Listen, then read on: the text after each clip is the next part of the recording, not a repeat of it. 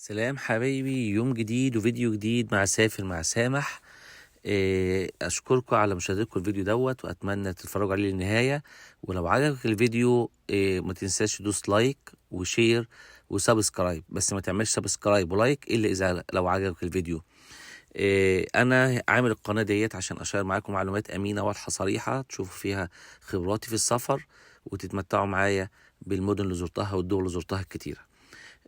ما تنسوش ان ده فيديو جديد لندن النهارده، لكن في فيديوهات سابقه قبل كده. اللي عايز يشوف بيج بن بالليل، واللي عايز يشوف قصر باكنجهام بالليل، واللي عاوز يشوفه بالنهار، واللي عاوز يشوف الفيديو بتاع النصايح قبل ما تيجي لندن ووسائل النقل والمواصلات وازاي توفر في التذاكر، بصوا على باقي الفيديوهات وانتوا توصل لكم كل المعلومات ديت. في الفيديو اللي قدامكم دوت انا ركبت الاتوبيس عند الفندق بتاعي، وهعمل جوله لمده او 4 دقايق ونص في اول الفيديو بالاتوبيس في وسط لندن لغايه ما اوصل من الفندق بتاعي لغايه ساعه بيج بن. طبعا في السكه شوفوا الشوارع صغيره بالنسبه لي، انا جاي من فلوريدا، فالشوارع صغيره والدنيا ضيقه، والدركسيون على اليمين عكس الدركسيون في العالم كله. فطبعا انا راكب الاتوبيس فوق، قاعد فوق السواق بتفرج بمتع عينيا. دي الهايد بارك هتبقى اللي على شمالنا حاليا. بص على الشوارع صغيره ازاي، وبعدين لينا احنا اللي الدركسيون على الشمال طبيعي. لما بتيجي تعدي الشارع بتتلخبط، فلازم تبص يمين وشمال وتحس انك داخل معركه حربيه كل مره بتعدي فيها الطريق. إيه واحنا بنتفرج على الفيديو هنشوف حاجات في السكة، وهتشوفوا حاجات بعد كده. لما انا عامل سرعة الفيديو في اول 4 دقايق ونص عاملها سريعة، لان طبعا زي ما انتم شايفين الاتوبيس بيمشي يقف يمشي يقف من كتر مرور الزحمة. ما انصحكش تركب الاتوبيس الا اذا لو كنت فاضي ومراكش حاجة وبتتفسح عشان تتفرج على المناظر، لكن لو مستعجل اركب التيوب يوفر لك وقت كتير. انا هنا في الفيديو دوت اول ما يقف بعد السرعه اللي ماشي بيها الصوره دلوقتي والفويس اوفر بتاعي، هتشوفوا بقى على الطبيعه ساعه بيج بن، وهتشوفوا معايا مبنى البرلمان، وهتشوفوا معايا الناشونال كوفيد ميموريال وول، ودي الحيطه، ده منظر السمبول كاثيدرال من الاتوبيس. هنزور مع بعض كمان الميموريال بتاع الكوفيد 19 اللي كانوا بيكتبوا عليه اسم الناس اللي توفوا. وكمان هتشوفوا الويست مينستر بريدج اللي هو قدام ساعة بيج بن ولندن اي ما بين الاتنين. وهنشوف لندن اي، وهنشوف الويست مينستر ابي اللي هي الكنيسة الرئيسية هناك اللي بيتم فيها كل المراسم الملكية. وهنتكلم عنها بالتفصيل في الفيديو. بعديها هنزور ويست مينستر كاثيدرال، ودي هنخش جواها وهتتفرجوا عليها بالتفصيل. بعديها هاخدكم في جولة للكلية اللي انا درست فيها، كلية كينجز كوليدج. انا درست في كينجز كوليدج سنة 2002 2003، وكان وقتها دي من التوب 10 على مستوى العالم، وكان ليا الشرف ان انا كنت بدرس في الكليه ديت. وما انساش اقول لكم ان عبد الحليم حافظ اتعالج في مستشفى كينجز كوليدج، وكمان ماكسويل عالم الفيزياء كان طالب في كليه كينجز كوليدج. اخر حاجه هتشوفوها في الفيديو سام ريست هاوس، وده مبنى تاريخي وبيتعمل فيه ستيج بتقدم عليه عروض. ده كان جنب الكليه بتاعتي، ودايما كنا بنتمشى على الووترلو بريدج. وده اللي انا داخل عليه بالاتوبيس وانا بقول ووترلو بريدج، هو ووترلو بريدج في الاتجاه العكسي من الكليه بتاعتي. وده كان بصوا هنا يمين اهو اللندن اي وبيج بن ونهر التيمز، انتوا شايفين اهو يمين. ولو بصينا ناحيه شمال بيبقى لندن تاور ولندن لندن بريدج. وادي ده الووترلو بريدج، ده الكوبري اهو ده اسمه قدامكم، الكوبري اللي بمشي عليه كنت الاتوبيس، وهنزل في محطه الاتوبيس اللي جايه ديت كنت دايما اخش على الكليه بتاعتي. وهنا الاتوبيس هيقف في نفس المحطه اللي اسمها كينجز كوليدج باص ستوب. انا كنت بنزل هنا، بس بالتاني كنت بركب الاتوبيس وانا عندي وقت الصبح قبل الكليه. لو ما عنديش وقت بركب المترو، بغير 3 مترو يا جماعه، لكن بوصل اسرع من الاتوبيس عشان زحمه شوارع لندن. مفيش بلاك، مفيش حد بيسد طريقك، بس بتمشي وتقف تمشي وتقف كتير. على الشمال هتبان لكم دلوقتي جامعة كينجز كوليدج، وفي الفيديو في تفصيل عنها ومتصور قدامها ودخلتها من جوه. و دي جولة سريعة جميلة بالأتوبيس قلب شوارع لندن. استمتعوا بالفيديو، ما تنساش لايك وشير وسبسكرايب. احنا في حتة حلوة قوي قدام الهاوس اوف ذا بارلمنت وبيج بن، ده نهر التيمز، وده ممشي على نهر التيمز. الحته دي احنا ما وجيناهاش امبارح، والنهارده احنا فاضل لنا 3 ساعات وهنمشي. فانا جاي تاني لقيت المنطقه دي، وده هنا الممشى اللي احنا ماشيين عليه، والسور دوت القلوب دي بيحط فيها اسماء اللي ماتوا في كوفيد، مكتوبه ان دي ميموريال للناس اللي ماتوا في كوفيد. طبعا سور طويل قوي كله قلوب حمراء وعليه اسماء الناس اللي ماتوا، كل حد مات له حد يجي يعمل هنا. دي دايره من الدوره اهي. فيديو 360 دي بيج بان ورايا اهي، وهاوس اوف ذا بارلمنت مبنى البرلمان، وده نهر تيمز. انا ما جيتش هنا امبارح او اول مره اصور هنا. ده فيديو 360. اللي ورايا ده سور عاملين عليه قلوب بيحطوا فيها اسماء الناس اللي ماتوا في كوفيد 19، فده اسمه كوفيد 19 ميموريال. يجي اي حد مات له حد هنا يحط اسمه. سور طويل جدا كله قلوب حمراء، وده الكوبري، ودوت بيج بان، وده مبنى البرلمان. ده مع الكوبري بتاع بيج بان، وادي بيج بان.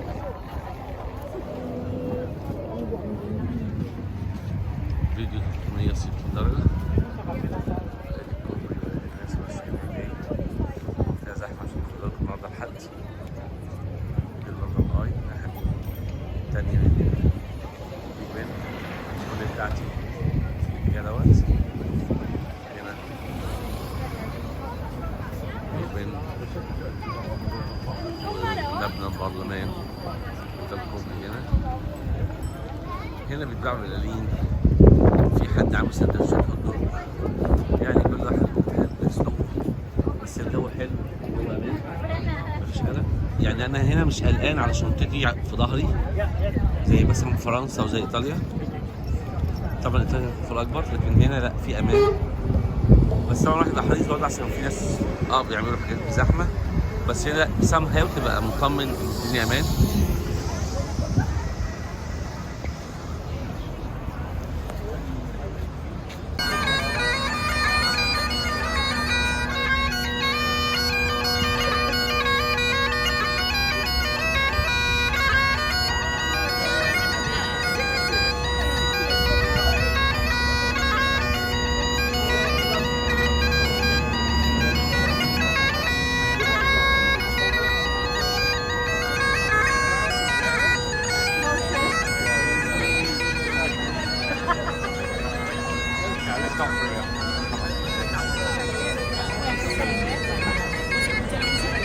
زحمة حوالين بيج بان.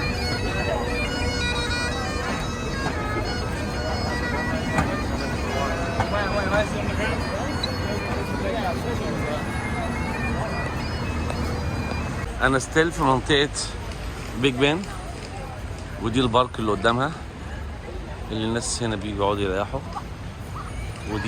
ده تمثال غاندي هنا قدام بيج بان. ده آخر فيديو من عند بيج بان ومبنى البرلمان، وده نهر التيمز، والناحية التانية لندن اي ايست لندن. انا بس بوريكم الزحمة النهارده الحد، ودلوقتي الساعة 1:30 الظهر. شايفين الزحمة؟ مش عارف بقى باينة ولا مش باينة على الناحيتين. شايفين الزحمة عاملة ازاي؟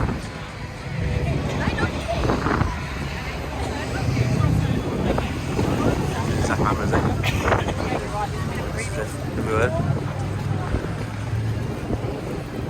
والجو صراحة جميل. ده الويست مينستر ابي، دي اللي تذكرتها ب27 باوند، ودي صورة ليها. دي الويست مينستر ابي، دي الكنيسة اللي بيتم فيها كل الرسوم الملكية، افراحهم وجوازاتهم ودفنهم وموتهم. ودي المكتبة اسمها ذا ويست مينستر ابي، الكنيسة اسمها كده. دي المكتبة بتاعتنا هناك اهي، ذا ويست مينستر ابي، وده الانترنس بتاعها. هقرب اشوف تمن التذكرة بكام.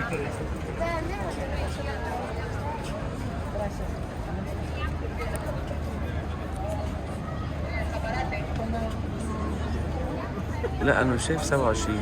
هتأكد النهارده ايه؟ النهارده الحد. دي الخدمة. Is there a ticket to go inside? Yes, sir. Where can I buy a ticket? Online. Online, not on the office. How much? 27. 27 pounds? Okay. So, not today. Never up to Thursday. So we can't pray today in the church? Sorry? We can't pray? Yeah, you have to come to a service and stay for 1 hour, okay? Okay. Okay. So today is for free, but 1 hour. Well, it's free, but you're here for worship, right? Yes, got you. Just to pray. For the purpose. Yeah. Thank you. هنا لو جاي تصلي تقف ساعة في الطابور وتخش، فالغرض انك جاي تصلي النهارده ببلاش. بس برضو بصوا ما قاليش المعلومة حقيقية على طول، يعني لف ودار عشان قلنا له ده يبقى النهارده فور فري، قال لي لا مش فري بس بغرض الصلاة. طبعا هي كنيسة المفروض تبقى فور فري على طول، برضو حاجة غريبة ب $27 التذكرة. بس لو جاي هنا تقف ساعة في الطابور وتيجوا بدري عشان القداس وتخشوا بعد ساعة تقريبا. ده هنا المبنى دوت برضو حلو جنب الكنيسة، وادي السكوير بتاعها داير ما يدور، وسط منستر ابي جنب على طول بيج بن. وده الميثودست كونسلنج، والميثودست دي طريقة البروتستانت الغربيين. ده المجمع بتاعهم، مبنى ضخم جدا هو برضو. وادي ويست مينستر ابي سكوير، وادي المبنى الحلو ده كده، وادي بيج بن ومبنى البرلمان في ظهرها. احنا مشينا من بيج بن جينا هنا عند ويست مينستر كاثيدرال. دي الكنيسة الوحيدة المفتوحة فور فري ببلاش، مفيهاش تيكتس، فهنخشها نزورها. وانا كده قريب من فيكتوريا ترين ستيشن، وقريب من فيكتوريا كوتش ستيشن، المحطة اللي كمان الأتوبيس رايح بيها مانشستر. و ده هنا الشارع اللي احنا جايين من بيج بن يعني 12 minutes 15 minutes ووك. احنا خدناها ووك على اساس ان انا الجو حلو قوي قوي قوي قوي قوي، مسقع حلو قوي، حاجة خفيفة يعني، نص كم لابسين بس ما فيش عرق، والجو انا عاجبني قوي اتمشى فيه كده يعني. ويست مينستر كاثيدرال دي انا هخشها جوه وهصور فيها جوه. انجوي. ده الباب الرئيسي هنا الكنيسة، ويست مينستر كاثيدرال.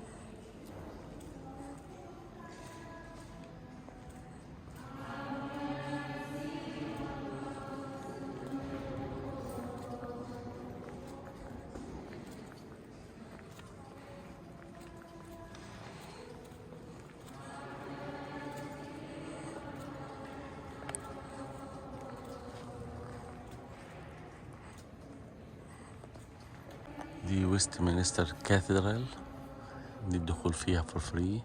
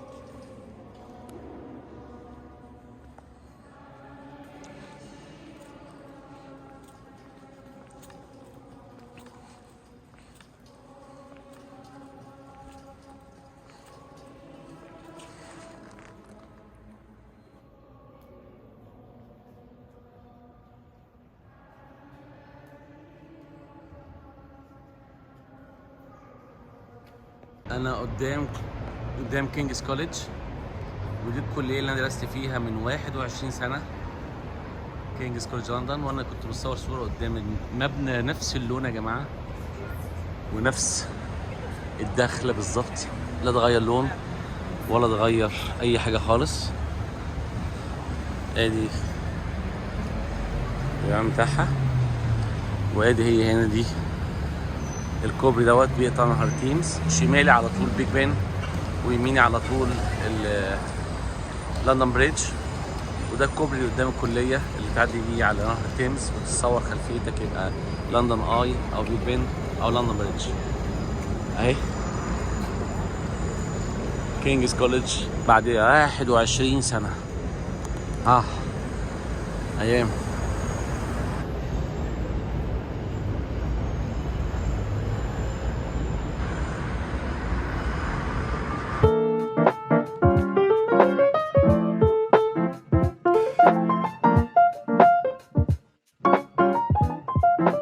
للذكرى طبعا انا في كينجز كوليدج، وده الدور اللي كان فيه اللاب اللي بقعد فيه دايما، ودي قعدتنا كنا كطلبه بنقعد هنا، وده اللاكرز بتاعتنا.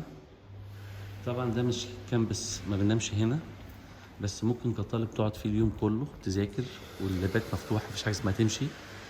دي الكليه، دي المكتبه، البنت قاعده جوه، ومهما قعدت تقعد براحتها، محدش يقدر يقولها امشي. انا كنت بقعد هنا على قد ما انا عايز، مش مشكله خالص. دي الكليه، ده الانترنس بتاع الكليه، وده هنا قاعده تانيه كينجز كوليدج. طبعا انا بس محرج اخش اصور المعامل والكلاسات اللي كنت، هي في الاخر شمال،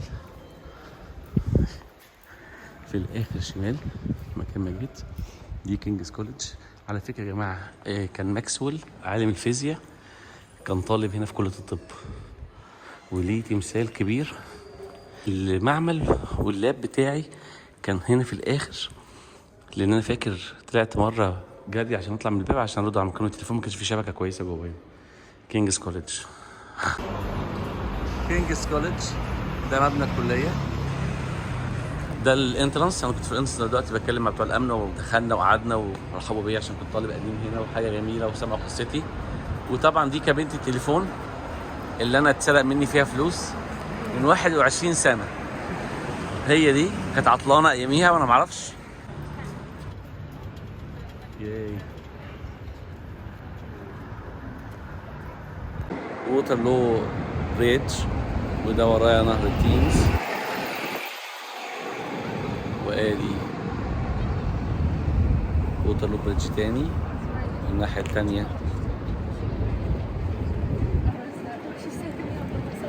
لندن اي وبيج بن اهي، وادي كده ورايا على طول كينجز كوليدج الكلية بتاعتي، وكده